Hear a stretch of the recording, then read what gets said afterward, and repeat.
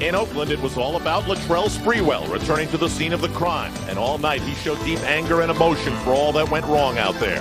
As he reminded the fans, the Knicks won. Tonight, it's all about John Starks returning to the place where his NBA career was born.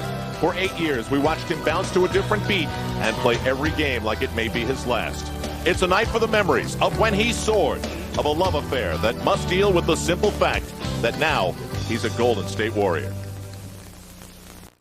Warriors meeting for the final time this season. We check on some of the interested parties. PJ Carlesimo does get a handshake, but it's from Chris Childs. It's a start. We wonder whether someone will take the high road tonight. Latrell Sprewell warming up for the New York Knicks. You know, he's thinking about all the things that go into this one. And yes, we've got a lot cooking here tonight at Madison Square Garden. Already you can feel the special buzz. There are more banners than usual. That's for John Starks. A lot of things will be thought about. Hopefully Knicks fans, as they watch John Starks, will think about all the great games and memories and playoff series that we had here in the 90s. Now Mike Breen is with a guy who knows all about coming back to Madison Square Garden as an ex-Knick. Mike? That's right, Al. That was 22 years ago when Walt Frazier returned to the Garden as a member of the Cavaliers, and one constant between Frazier and Starks return. Very popular players here in New York, loved by the fans, and we'll certainly see that with Starks' return. Starks spent 8 seasons here, so of course a lot of friends accumulated over those 8 years. A lot more than just the points of the hustle, the type of person he was as he greeted his teammates. And earlier he talked about his emotions coming back to playing at the Garden. This is going to be strange. No question about that. But, you know, in this league, things do happen, and you just have to deal with it. You know, I know I'm going to feel something once I hit the floor. Now, because last year's lockout, these two teams never played. That's why this is his first game back in an opponent's uniform. And Clyde, because of the type of player he was and the relationship he had with the fans, this will be extra emotional. Yeah, it's definitely going to be emotional. I can relate to that. When I came back, played the Knicks, but Starks has been on the injured list. I think just reactivated, so I don't think his fans are going to see the Stark that plays with reckless abandon. He's only shooting about 37% from the field, so has not had a good shooting performance this season, but I'm sure John has the emotion and the adrenaline will be flowing tonight. Yeah, he's had the knee problem all season long, and Golden State needs a win. They've dropped 9 in a row. As for the Knicks, the story has been inconsistency. Oklahoma State. Let's have a warm welcome back for a longtime Knick, number 9, John Starks.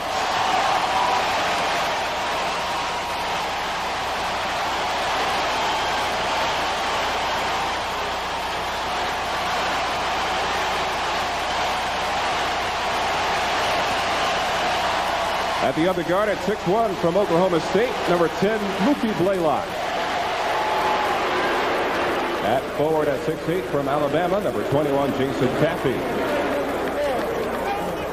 At forward at 6'7" from Arizona, number 34, Chris Mills.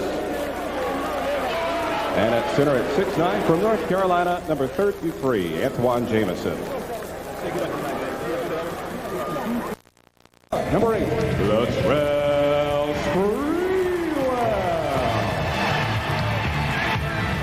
At forward at 6'9" from TCU, number 40, Kurt Thomas. And at center at 6'11" from Arkansas, number 28, Andrew Lang.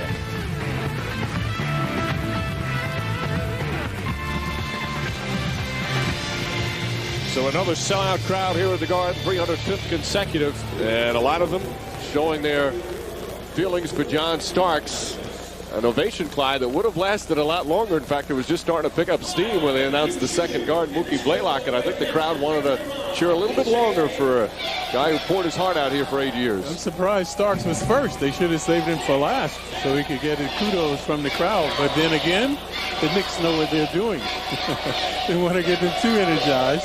Certainly the bottom line is to win a game, although Starks will do his best to get the crowd cheering for him again. And although the Knicks fans certainly will hope the Knicks win, they want to see Starks have one of those games where he was known for when he just gets red hot. Of course, he still holds the Knicks record for most threes in a game, 9, which ironically also the career leader in threes made and attempted by the New York Knicks. John Starks brought some provocative play to their lifestyle. But as you mentioned, Clyde, he's been hurt. He's had the sore knee most of the season, didn't play the last 5 games, specifically didn't go on the injured list because he wanted to make sure he played in this game. We'll see how the rest was, whether or not it was beneficial, because in the game in Oakland back on November 20th when the Knicks beat the Warriors, you could tell Starks just didn't have that explosiveness because of the knee. Yeah, just a shadow of himself. Starks averaging 28 minutes a game, 10 points, 4 assists and 1 steal, but dreadful shooting by John, only 32% from the field.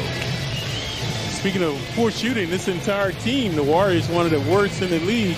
Thus, as Mike always say, that's why they are the best rebounding team in the league. You get a lot of offensive rebounds when you have a chance because you miss so many.